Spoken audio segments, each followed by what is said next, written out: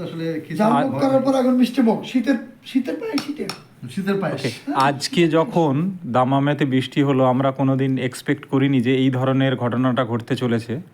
তো যাই পারে হোক, আমি ধন্যবাদ জানাতে চাই প্রথমত আমাদের গিয়াস খন্দকার দাদাকে, যিনি হচ্ছেন আমাদের জন্য এই সুন্দর পায়েসটা তৈরি করেছেন, এবং এই কাজেতে সহযোগিতা করেছিলেন আমাদের শফিকুল দা, যিনি বর্তমানে মোবাইল চালাতে ব্যস্ত আছেন।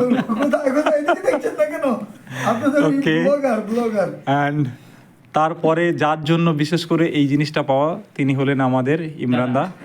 ঠিক আছে, কেন উনি হচ্ছেন এই জিনিসটাকে তৈরি করার জন্য আমাদেরকে আরও বিশেষভাবে হেল্প করেছেন।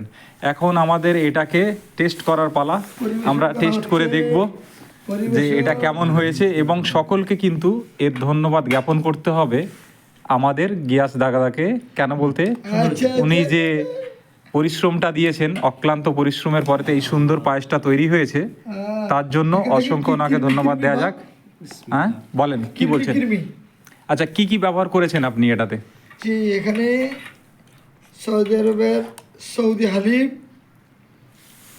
এরপরে বাংলাদেশি খেজুরের গুড়, এরপরে রয়েছে আপনার কিশমিশ, নারকেল পাউডার, আর অনেক কিছু, সব মিলিয়ে যেটা প্রযোজ্য তাই। এলাম, বিসমিল্লাহ, শুরু করেন, এবার টেস্টটা দেখেন। আচ্ছা, এবার আপনি তাহলে আরবিতে একটু বলে দেন। আরবি তার করে কি মাফি আরবি বাস বাংলা। বিসমিল্লাহ। জায়গা কিছু